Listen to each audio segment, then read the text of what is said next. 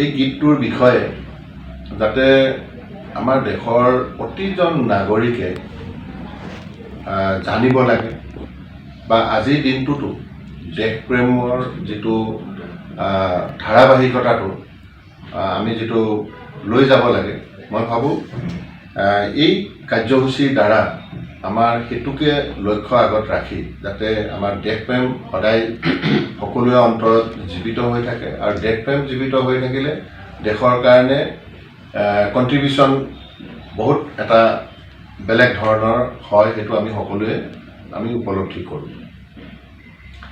আৰু এই বন্দে মাতৰম গীতটো যেতিয়া 1950 চনত ৰবীন্দ্ৰনাথ ঠাকুৰে যিটো জনগণ মন অধিনায়ক ৰাষ্ট্ৰীয় সংগীত হ'ল, তেতিয়াৰ পৰা এইটো আমাৰ জনগণৰ এইটো ভাৰতবৰ্ষৰ এটা গীত হিচাপে সেইটো ৰাষ্ট্ৰীয় সংগীত হৈ গ'ল।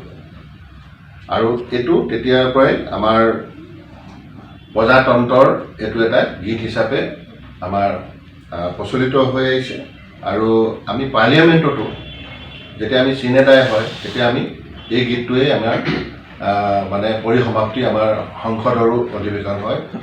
আৰু আমি যিকোনো কাৰ্যক্ৰমত আমি সদতে আমি ব্যৱহাৰ কৰোঁ যে আৰম্ভণি গীত হিচাপে আমি বন্দে মাতৰম ষ্টাৰ্ট কৰোঁ আৰু আমি ক্লজিংটো প্ৰায় আমি ৰাষ্ট্ৰীয় সংগীতেৰে ক্লজিংটো কৰা হয়। তো আমাৰ লক্ষ্যটো হৈছে যে এই গীতটো যাতে জনসাধাৰণৰ মাজত সজীৱ কৰি ৰাখিব পৰা যায় আৰু দেশপ্ৰেম আৰু বেছি বঢ়াব পৰা যায় বা আমি এইটো ধাৰাবাহিকতাটো কণ্টিনিউ ৰাখিব পৰা যায়, সেইটোৱে হৈছে আমাৰ মূল লক্ষ্য। আৰু সেই উদ্দেশ্য আগত ৰাখি আজি 6 তাৰিখে আমি আমাৰ 14টা মানে লোকসভা আছে, তাতে আমাৰ প্ৰেছ কনফাৰেঞ্চ হৈছে। আৰু অহাকালিলৈ আমাৰ লোকসভাৰ লখিমপুৰত বন্দে মাতৰম তাতে পৰিৱেশন হ'ব। আমি চেষ্টা কৰি যিমান বেছিকৈ মানুহ আনিব পৰা যায় সিমান বেছিকৈ আনিবৰ কাৰণে চেষ্টা কৰা হ'ব। সেইটো লখিমপুৰ ডিষ্ট্ৰিক্টে উদ্যোগ লৈছে আৰু বিহপুৰীয়াতে এইটো অনুষ্ঠিত হ'ব। ঠিক তেনেধৰণে আৰু 6টা ভেন্যু আছে, ডিব্ৰুগড়ত হ'ব, গুৱাহাটীত হ'ব, শিলচৰ। আমাৰ মনত আঘাত লাগিছে। মোৰ ফালৰ পৰা তেখেতলৈ শুভেচ্ছা জ্ঞাপন কৰিছোঁ যাতে তেখেতৰ ৰাজনীতিৰ জীৱনটো ভাল হওক।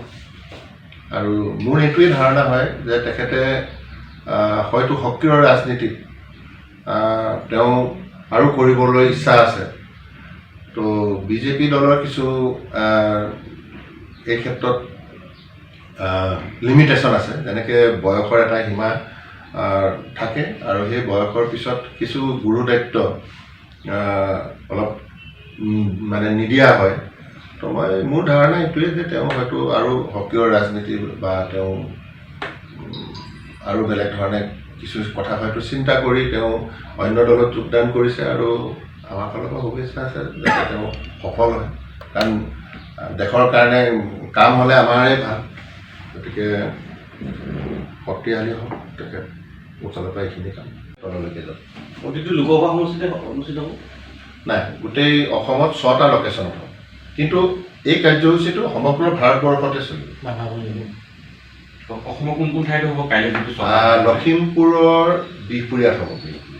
ডিব্ৰুগড়ৰ লোকেশ্যনটো মই নাজানো, গুৱাহাটীৰ লোকেশ্যন স্পট কৰোঁ, গুৱাহাটীত ক'ৰবাত লোকেশ্যন, শিলচৰত তেনেকুৱা লোকেশ্যন আছে।